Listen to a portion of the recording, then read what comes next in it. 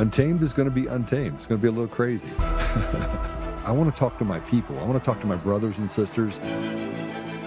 We can have grace and humility in how we interact with other people. Oh, hot dog, look at you. And nobody talked about what's really happening. And let's have conversations about what truth is.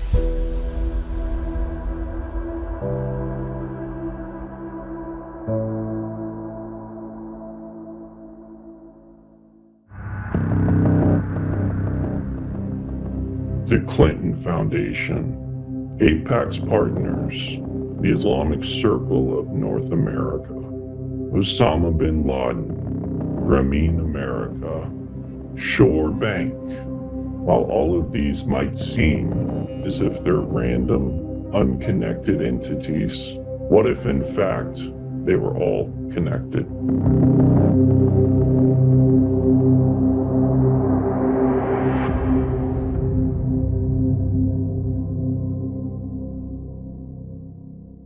Welcome back. It is Saturday. Normally I don't do shows on Saturday, but this is a pretty important set of information we've been working on for a long time, and our analyst slash whistleblower slash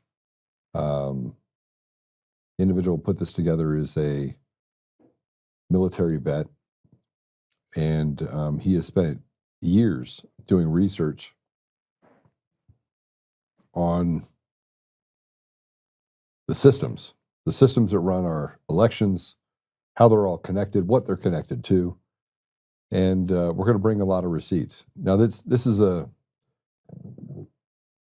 lot of information that you're going to take in, so we're not going to get it all done in one episode.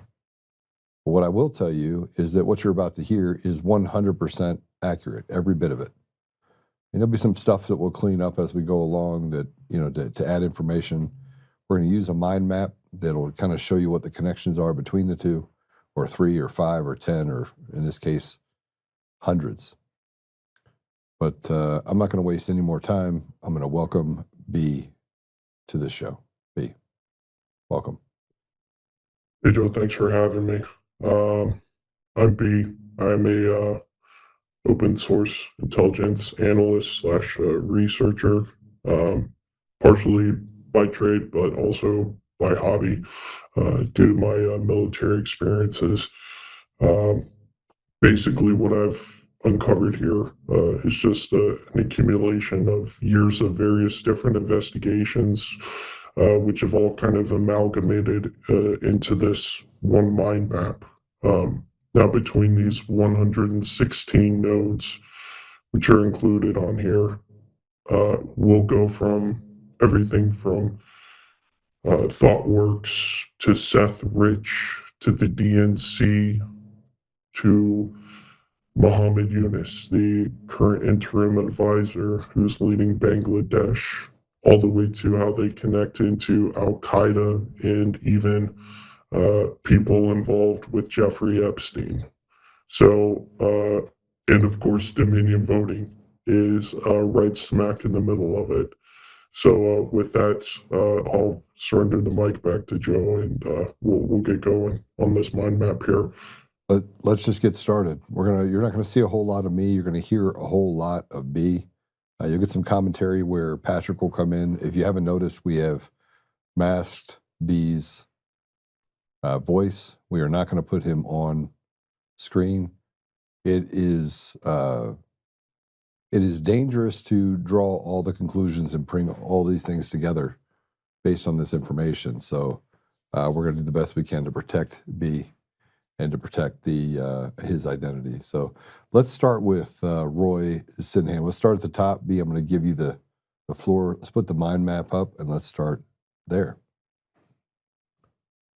Okay, perfect. So we'll go ahead and start here with Neville Roy Singham. And if we click on the link on the node for the Newsline mag, it'll bring up an article which just discusses in general some of the activity in which he partakes in. You'll see this article is titled "The Big Business of Uyghur Genocide Denial." This article basically goes into all the background about Neville Singham and his upbringing and his links to the CCP. an interesting point to make, and one that will be brought up again in future episodes, is his links to, various South Asian entities. He's currently under investigation right now in Hyderabad, India, for pushing CCP influence in Indian elections. He Now, is also this article also has a link between him and Huawei in China. correct, yes. So he is actually a former senior executive for Huawei. If you go into the node right here, you'll see an image outline on the node up top. This was actually a record from the Brazilian archives that they had of his work he was actually doing in Brazil for Huawei. It includes his passport number in there as well. His history with Huawei is very well, extremely documented, and it's partially why he is actually under investigation by the Indian authorities right now because of his activities in Huawei. He is also the leader. He's the founder and creator of an organization called ThoughtWorks. ThoughtWorks, again, is another entity we will get into later on at a later date, because that is a much more vast web regarding a British PE firm called Apex Partners and ThoughtWorks and their work alongside Seth Rich and the DNC to create NGP Van and the National Voter ID database. Roy Singham is the guy who created that. And so, His just so everybody understands, in 2019, the U.S. placed Huawei on what's called an entity list, which Correct. limits their ability to do business with American companies. And this was in response to a bunch of allegations, but specifically allegations related to Iran and helping Iran evade sanctions. Correct? Correct, yes. If you actually go into the Beast archives, we can, Mr. Producer, if we can pull up that PDF document for Huawei's entity listing.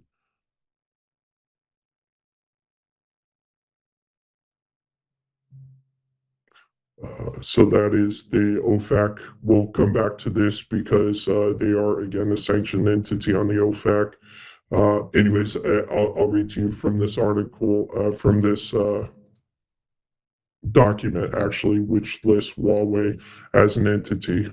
Part 1, why did BEAS add Huawei to the entity list? BEAS added Huawei Technologies Limited and many of its non-U.S. affiliates to the entity list effective May 16, 2019, on the basis of information that provided a reasonable basis to conclude that Huawei is engaged in activities that are contrary to U.S. national security or foreign policy interests, and its non-U.S. affiliates pose a significant risk of involvement in activities contrary to the national security of the United States.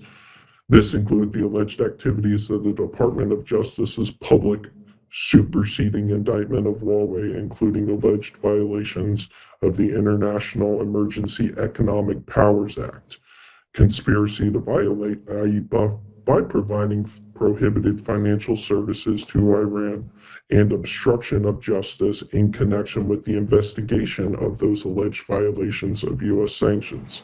Effective August 19, 2019, BEAS added another 46 non-U.S. affiliates of Huawei to the entity list because they also pose a significant risk of involvement in activities contrary to the national security or foreign policy interest of the United States.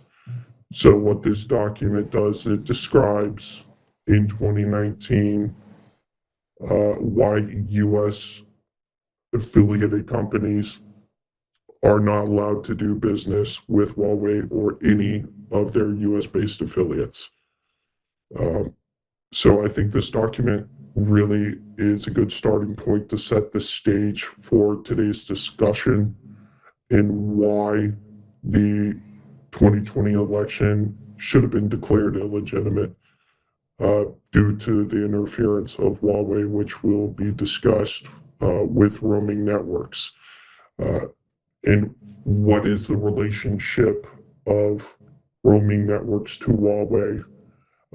Roaming networks, a Serbian-based company, has since 2013 been a business partner, a value-added business partner with Huawei. They've been doing an obscene amount of business together, and that's by their own admission. They produced this document, which they have since tried to erase, which discusses all their different clientele. You can see in here, roaming networks is the primary data center for Dominion voting systems. If we can pull up that PDF for roaming and Dominion listing, so we can show the audience that. So this, let me before you go any further on this document, we did some digging on this document. This is a part of the document that dates back to the symposium, the cyber symposium in 2021. And I gave a presentation about this on the stage at Michael and Dell's symposium, correct? Correct. Yes, you did. As a matter of fact, much of that presentation at the symposium originated from this document. Well, there were actually multiple different sets of this document, which were printed with variation in length. But this particular one was the one which we used for that presentation, which also included the bills of lading, might I add, kind of off topic here, but the bills of lading for Dominion voting systems, showing shipments from China, Taiwan, and Vietnam through CCP controlled entities. So that was all discussed at length in that presentation, which I believe is still online. But if we go through the rest of this document, if we can, please just scroll down. We'll see a list of all their different partners, many of whom are actually sanctioned by the U.S. anyways. Their partners and their clients. For instance, one of their clients is a company called Meta, which is banned in the U.S. Another is the Bank of China. No explanation needed there. And another is an entity which we will hear about again called Hikvision, which provides facial services to the CCP authorities.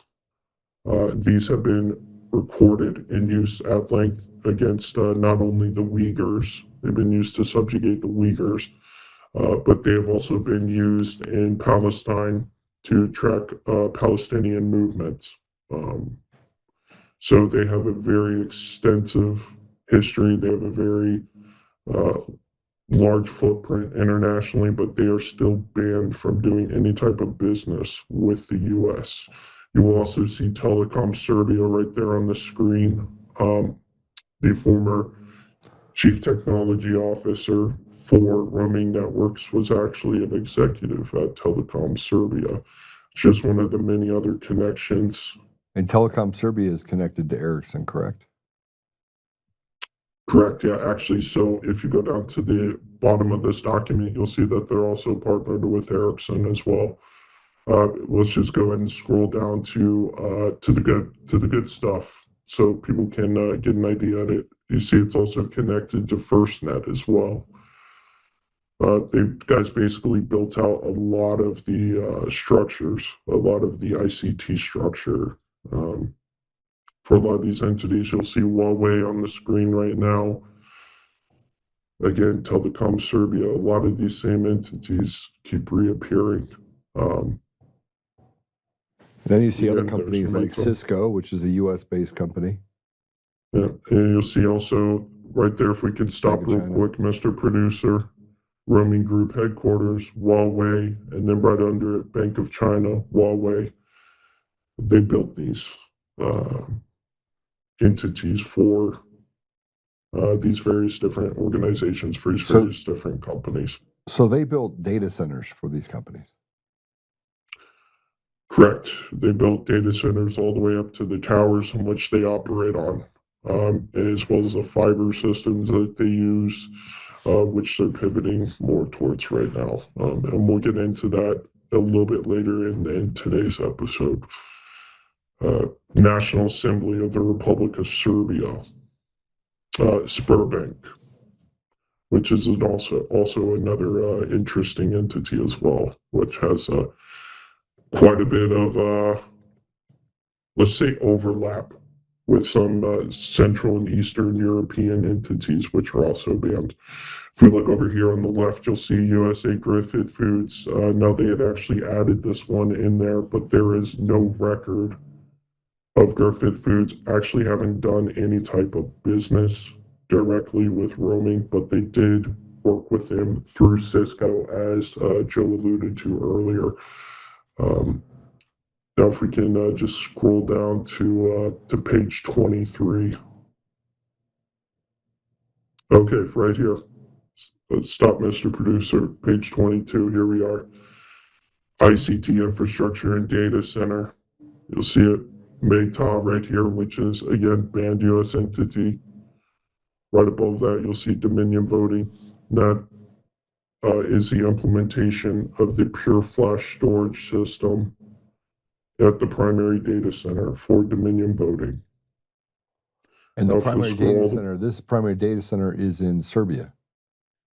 Correct, it is. It's in Belgrade, Serbia. As a matter of fact, it is Dominion Voting's office in Serbia is located basically a mile away from Roaming Network's office. It's essentially it's separated by a public park. So if you were to walk directly through the park, you would be there in a matter of minutes. That's how close in proximity, both from an incorporation standpoint as well as a geographical standpoint, that these two entities are to each other. Roaming Networks is created by a guy named Nenad Kunec, who is he's considered a very corrupt Serbian oligarch, but their U.S. entity, alleged U.S. entity, has a whole body of work within the U.S. which could indicate that they're establishing a whole new system within the U.S. as well, and we'll get on into that a bit later on. So yeah, Mr. Producer, if we can just scroll down to the bottom so we can see who all these guys are partnered with. You have Huawei. Yeah. You have VMware, you have Nokia, and you have Ericsson. They're all partnered with Roaming Networks. Now, B, this document was a publicly available online document in 2020, Correct. 2021, correct? Correct. Is it currently a publicly available document? No, it is not, and we are going to get to that in just a few notes here. You can see the rest of their affiliates down there, and if you look very closely down at the bottom, you will see that they are located in Belgrade, Serbia. Yeah. So again, we have a Serbian-based company which is partnered with Huawei, does business with Meta, Hikvision, the Bank of China, and which is also in charge of implementing all the storage protocols for Dominion voting. So they called out but 1 degree of separation, right? Correct, 1 degree of separation, and we'll get into a few more of those connecting nodes probably in a future episode. One thing I'd like to point out to the audience is this map is incomplete. So I have yet to add Dominion founder, Chief Technology Officer Goran Obradovic to the map yet, but he is another Serbian connection to it. He is one of the original patent holders for Dominion voting in Canada. His name is all over the Dominion patents in Canada, and we even have documentation of him presenting the architecture of Dominion voting systems in Belgrade in 2003. He was also the former president of the Canadian Serbian Association. And as we'll see, that's not the first time that a Serbian Canadian connection to Dominion will rear its head, will surface throughout this investigation. So with that, we can get back to the mind map here. If you go down, we can see it's not publicly available. So we're going to talk about that a little bit further on. Correct. Yes. So when we get down to that node, we'll see that. So if we go right here, you can actually see Huawei, the press release. If you click on this, the sanction, that will take you to Huawei's sanction. They have 4 entities listed. This is just one of them. And you'll see it's effective from 2021 and 2022. And again, this is just doubling down on the fact that they should not be doing business. Dominion Voting should not be doing business with them. And as such, I would posit that Dominion Voting is illegally conducting business in violation of these sanctions. But let's not get ahead of ourselves. Yeah, so I do want to say this. Scott Lundbecker, who's the CEO and the founder of No Inc., purchased Dominion Voting Systems just less than a month ago.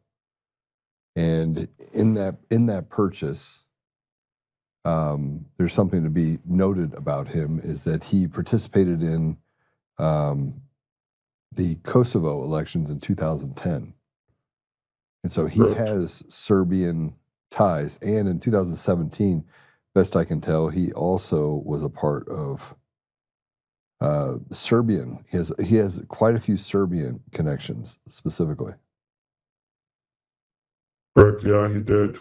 And if I'm not mistaken, he did that as a Republican too. Well, he said it's easy to say or something. I mean, that's pretty easy.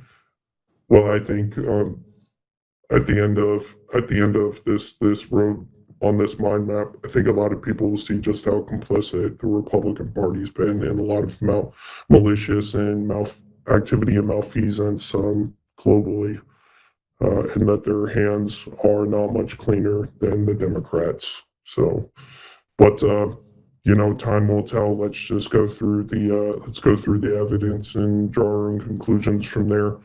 Mr. Producer, if we can go and click on the roaming networks node, so we can go there.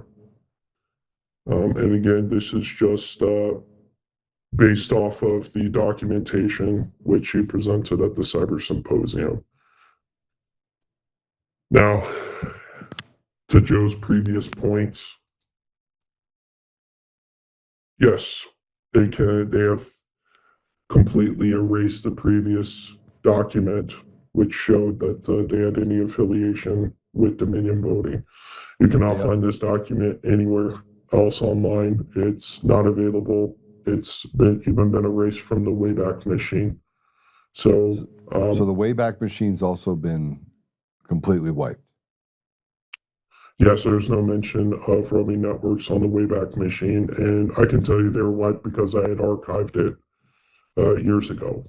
And you'll notice I said dot. Why does it say dot on there? It's because they actually changed their name. Roaming Networks even changed their name on all their incorporation documents beginning in 2023 and in 2024 to dot networks. They no longer go by roaming. So let's ask a question about this because you're deep into it. But they're now dot networks. Did they sell the company in the United States as well, or did they bankrupt that company in the United States? No, they just changed all the documents over to say dot. That was it. They literally just reincorporated as dot. Yeah, but didn't roaming networks in the United States actually declare bankruptcy? Not to my knowledge, no. Okay, all right. But if we go over here, so roaming networks and dot, we're about to see. I mean, they're effectively just the same thing. They're foreign registered because they're also registered in Serbia. So that's a good point to add as well, and that's why I made the joke earlier about roaming networks USA LLC as being an independent entity. It's not. There's actually no record of incorporation for roaming networks in the U.S. So they are a foreign company, and they're not just foreign in the fact that they're registered from another state, but the fact that they're registered from another country as well. So that's one thing to keep in mind when you're reviewing any documentation about roaming networks. Is a lot of it's actually originally in Serbian, and we'll get to that later because they did the same thing with these other companies as well. But if you see to the left of this, we'll just go back to Hikvision here. This article from Hikvision basically describes how they're being used to, let's say, subjugate the Palestinian population, and they're also used coincidentally against the Uyghurs as well. So within these 3 or 4 nodes alone, we've got one guy who's bankrolling the CCP's denial of Hikvision being used to subjugate the Uyghur population. But the companies which he does business with are the ones who are actually providing that same surveillance equipment to the Chinese Communist Party, among other people, to conduct said surveillance. So it just really goes to show you how transactional and hypocritical these people are.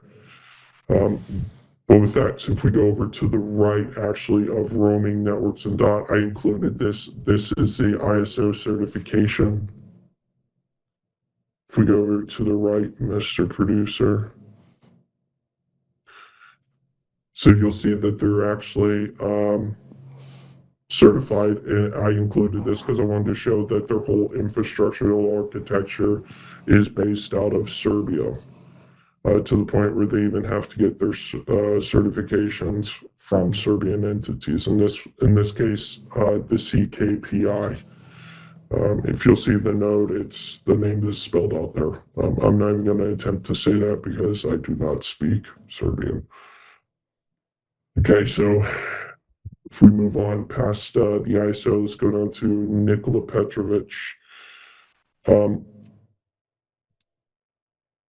He is currently listed as the CEO of Roaming/Dot Networks USA. And you'll see this interview here. And you can translate this interview from Serbian into English. And you'll learn a lot about their footprint and their setup within the United States. Okay. So if anyone has interest.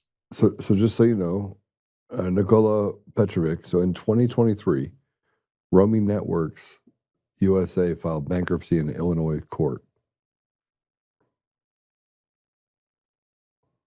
Here's the document. Okay. Yeah. I think I remember seeing something about this now, but and remember, if you look at Chicago Heights and that address, that was the warehouse address that in 2020 we went to, and no one was there. No, we went there, and it was above a it was above a building that did wiring. Yeah. But there was no one in Roaming Networks. And when I asked the guy downstairs, it was Roaming Networks upstairs, he looked at me with 3 heads and said, "No, there's nobody there. There's no company like that here." Yeah, and they've got kind of a weird model that you'll see with fiber and tower equipment. Yeah. You'll see it in reciprocity throughout the rest of this presentation. Sorry, not in reciprocity. You'll see it repeatedly throughout the rest of this discussion. So if we go over here, we look at Nikola Petrovic. He's the listed Roaming.Networks USA CEO. And this is also the same on his LinkedIn. He still has that publicly available. It's the same as well on his Rocket Reach, and every other entity, database out there has him listed as being the CEO. It also has him listed as the CEO of Apex Fiber Solutions, which look at over here. If we click on this node, you can actually see the Florida incorporation in these names on these incorporation documents. You will see repeatedly throughout the rest of this presentation as well. In total, between these names you see up here, between these people on this mind map, there are over 20 corporations which are affiliated with, and most of them don't have anything at all to do with the telecom industry. As a matter of fact, Apex Fiber Solutions is effectively the only one. Apex Fiber Solutions. The keynote there being Nikola Petrovic. Again, a Serbian name. He's a Serbian national.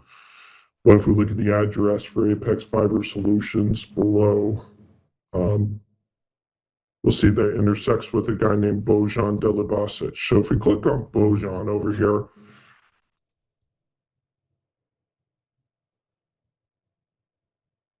if we click on Bojan Delibasic on the background on the image node, on the node for the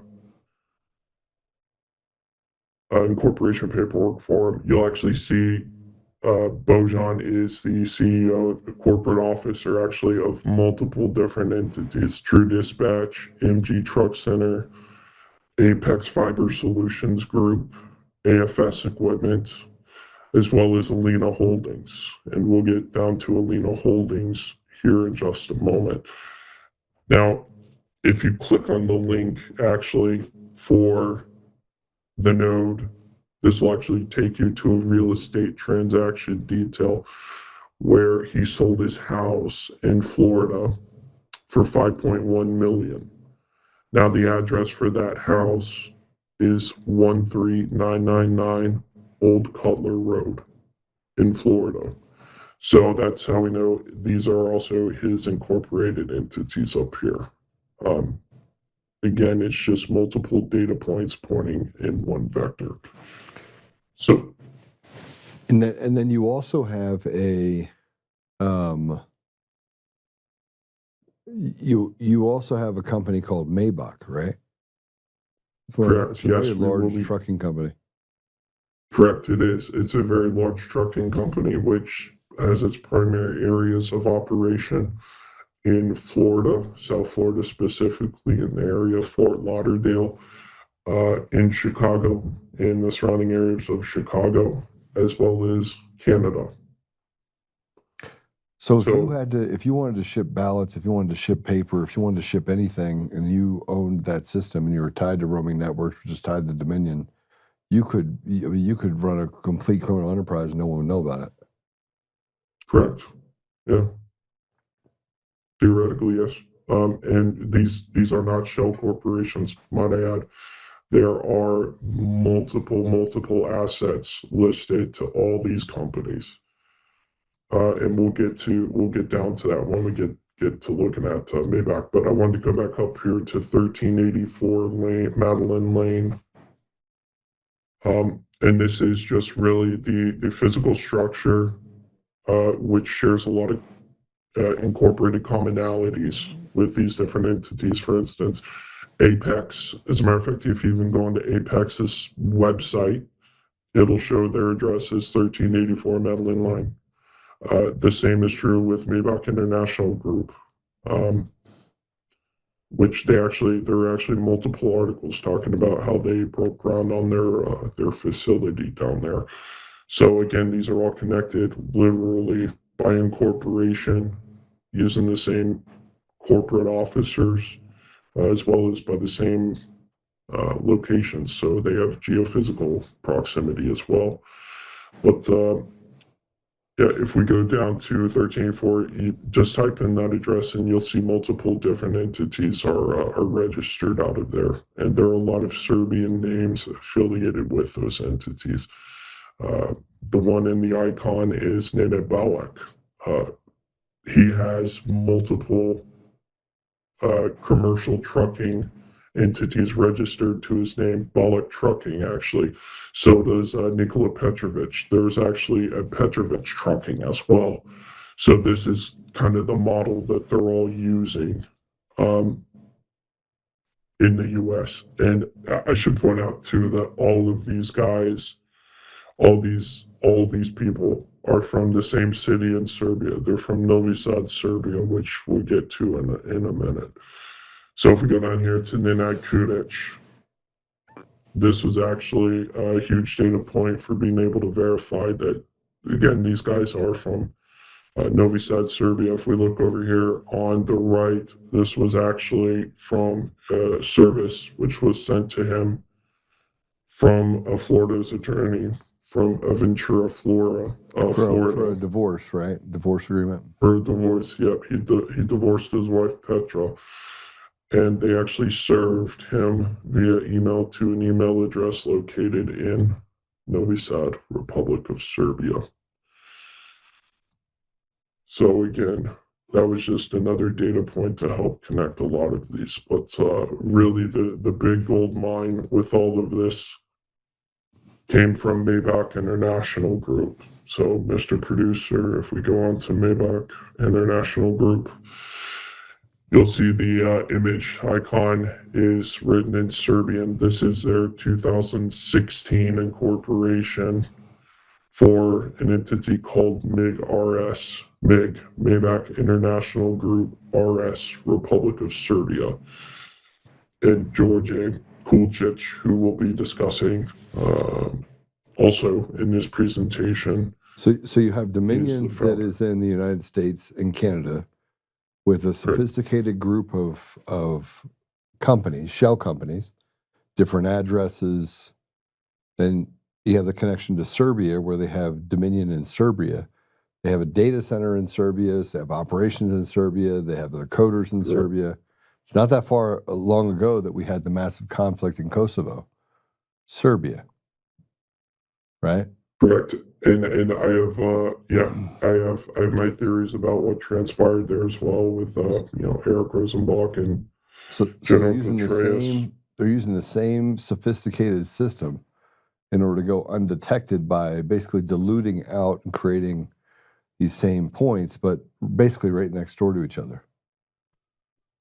In this case, they're even in the same building in some of these cases. And most of these are shell companies, but not all of them. And we'll see what I mean by that, about the assets actually attached to them when we get down to Panda truck sales, which again provided us another huge data point. As a matter of fact, we can just go ahead and get down to Panda truck sales directly right now.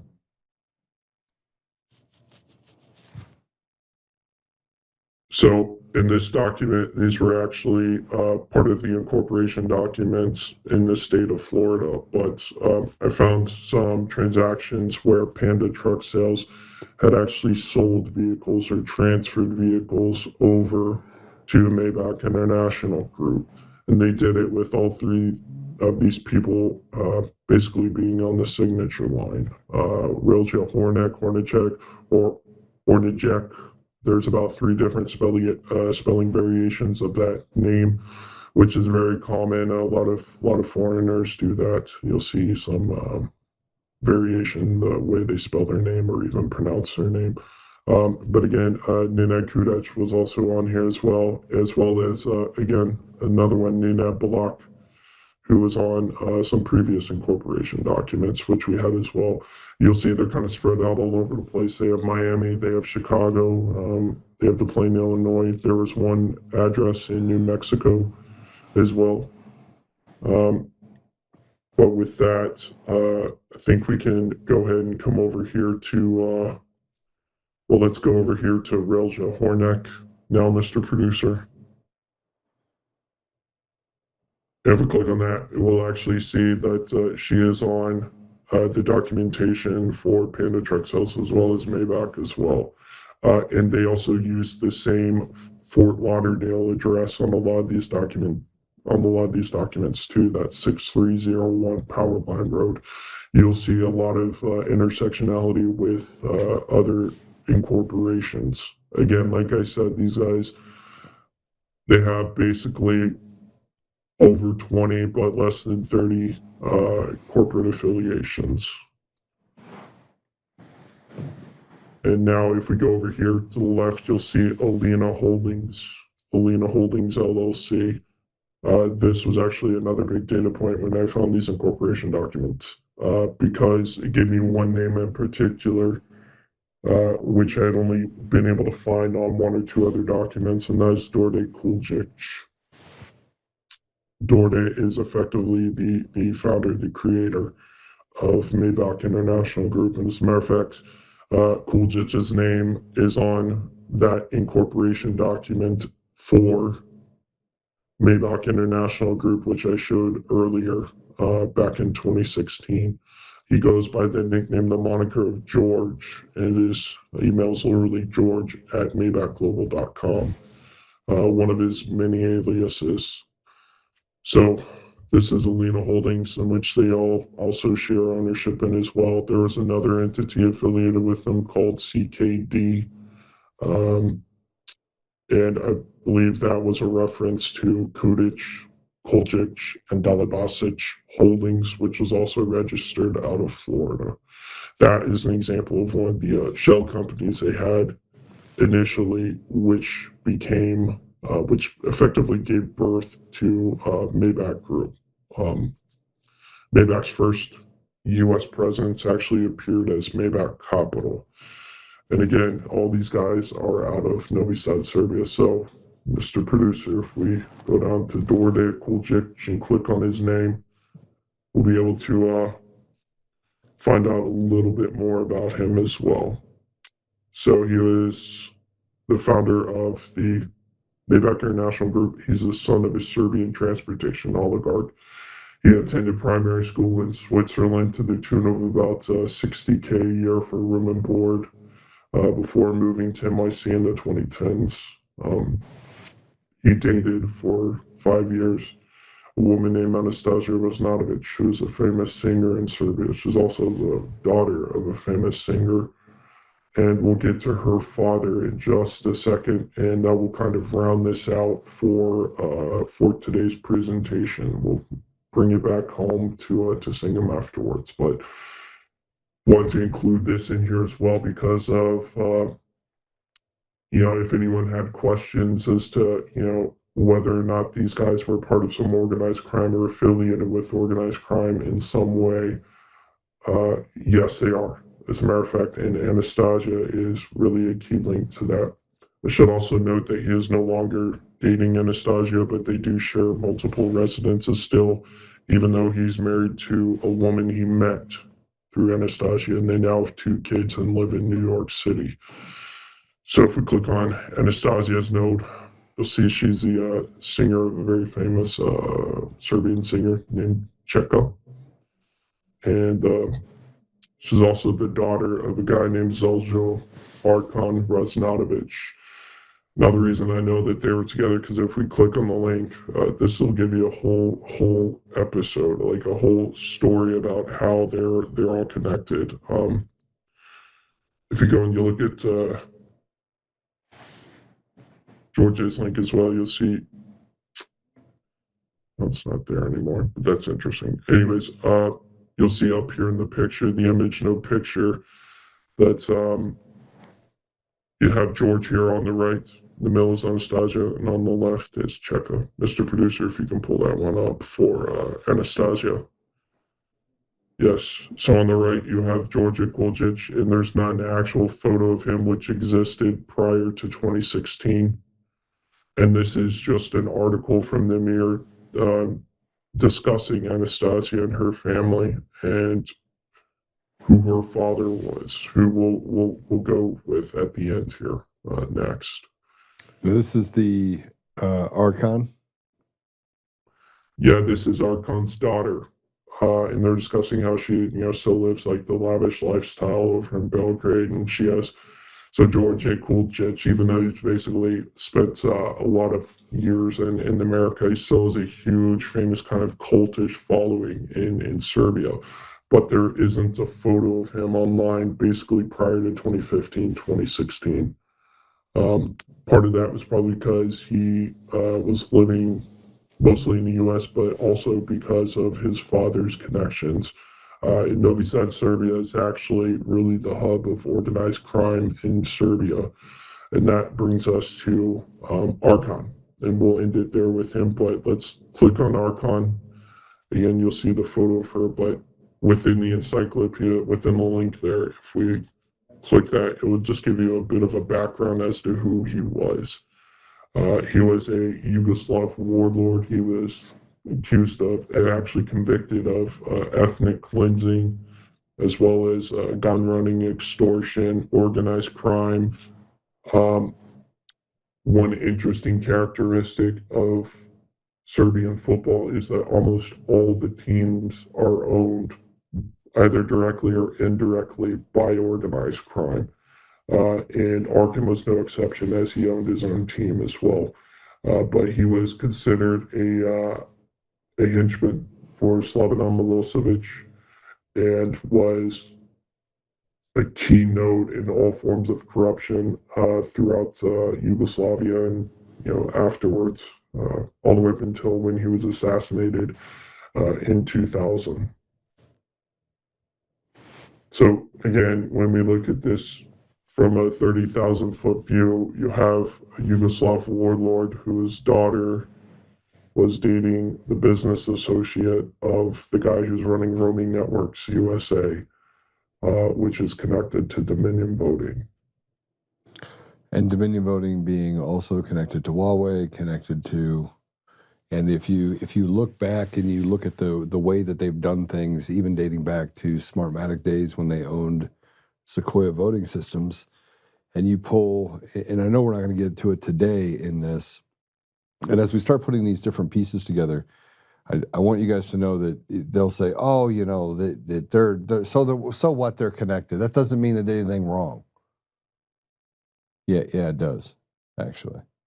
It does. Yeah, and for all the naysayers who say that that connection is just circumstantial, no, it's not. Smartmatic and Dominion are both listed as creditors to Sequoia voting and Sequoia's bankruptcy proceedings. And the Sequoia bankruptcy, the interesting part about the Sequoia bankruptcy specifically is that intellectual property was retained by Sequoia, and Smartmatic and Dominion both gained in the bankruptcy access and use of that proprietary information and IP.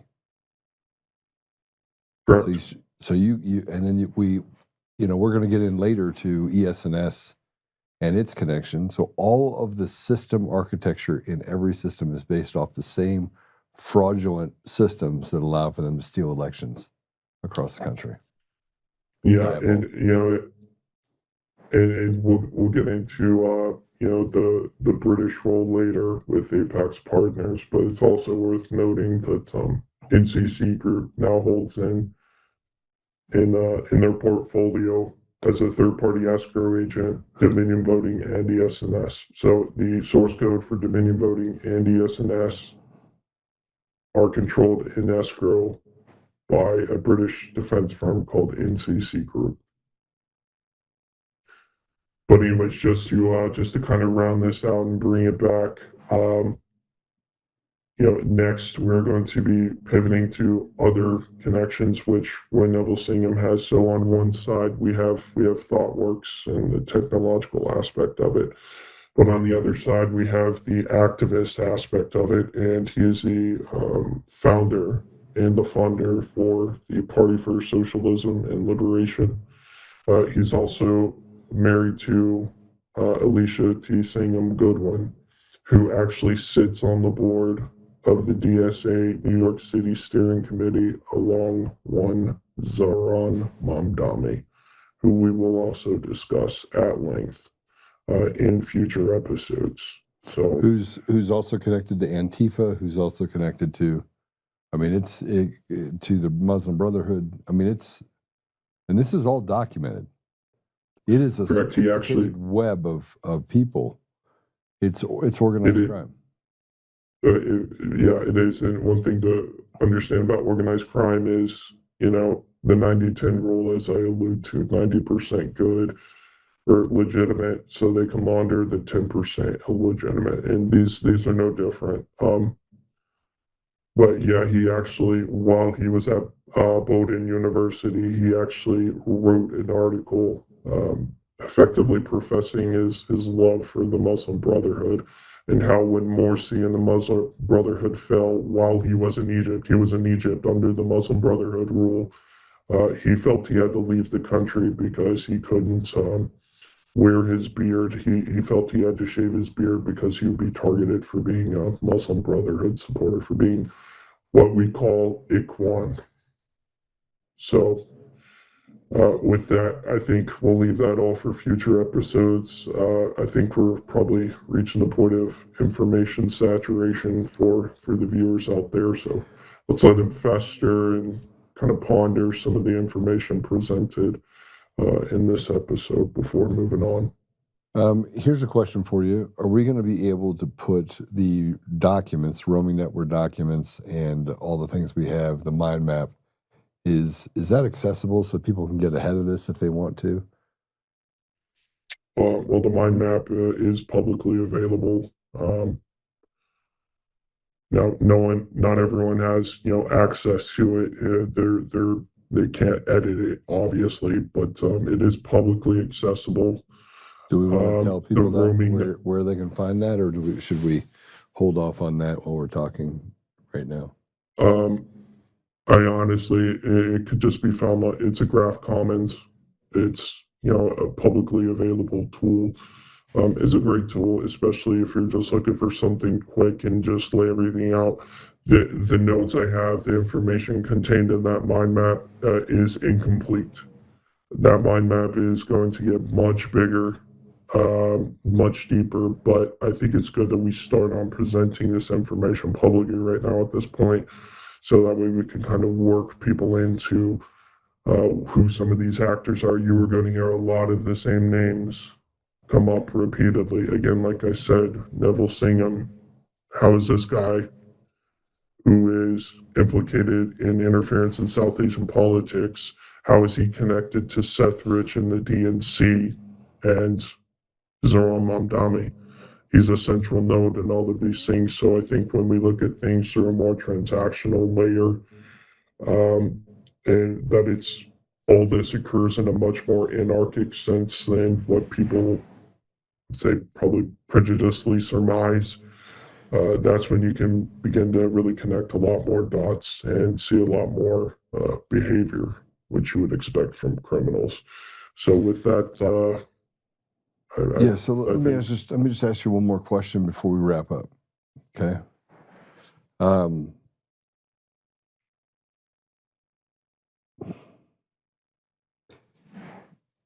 There's a central piece to this dating back to 2021. I interviewed a guy that was tied to Fox IT, which is a CIA front. None of this could exist without the CIA. None of this. There's absolutely no way possible that the CIA doesn't know, and by extension, in large part, the intelligence community of the United States would not know what you know about all of these people in this connection. How would it get past them if they weren't complicit in this? so. It's interesting you mentioned that because I've spoken with people who have experience, let's just say connections to the IC community, and the general consensus is that they either turn a blind eye to something like roaming networks, or roaming networks is what they refer to as an OGA, which is other government activity. Yeah. An interesting point about Fox IT that you mentioned, because again, we have those payment receipts for Fox IT. Fox IT is owned by NCC Group, that escrow company I just recently mentioned, which holds the escrow accounts for Dominion Voting and ES&S. They too own Fox IT. And that's a known. Okay. What's that? As publicly available information. They actually just recently acquired Iron Mountain Eagle property, which held ES&S's source code. And the reason I know that is because it's listed inside of their Vancouver RFP. when they were bidding for the elections in Vancouver. So these are all publicly available documents. You just have to know where to find them, and that's where the open source angle comes into all this. But that's also why I wanted to include a lot of the links within the mind map itself, within the graph. So you can do your own research, and it can take you down a rabbit hole pretty quick. Well, yeah, I mean, the CIA is listed on the mind map. They have a very extensive involvement in some, just say, CD activity. But there's probably the biggest factor in all of this, which I found was the microfinance angle, and we'll be able to get into that in the future because that's basically how they launder everything now, is through microfinancing schemes. Say And it I will isn't be so. able to. Oh, I mean, at the onset of the episode, I discussed a guy named Mohammed Yunus. Um, he runs a microfinancing institute in Bangladesh and has a not-profit in the U.S. called Grameen America, which for a period of time was essentially run by Christine Maxwell's, by Ghislaine Maxwell's sister, Isabel Maxwell, who was a longtime advisor to Eunice, and talking about another corporate entity, which I mentioned at the onset of the broadcast, Apex Partners. She is actually a member of the business development committee for Apex Partners, which owns Singham Slot Works. They purchased it in 2017. So again, you kind of see how all this is related in a sense. And again, there will just be more connections made.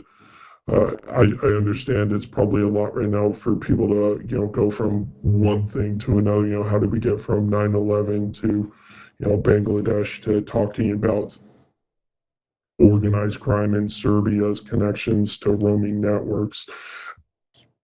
It's all related. It's all connected when you just look at the relationship science aspect of everything. And that's not to sound like a black pill.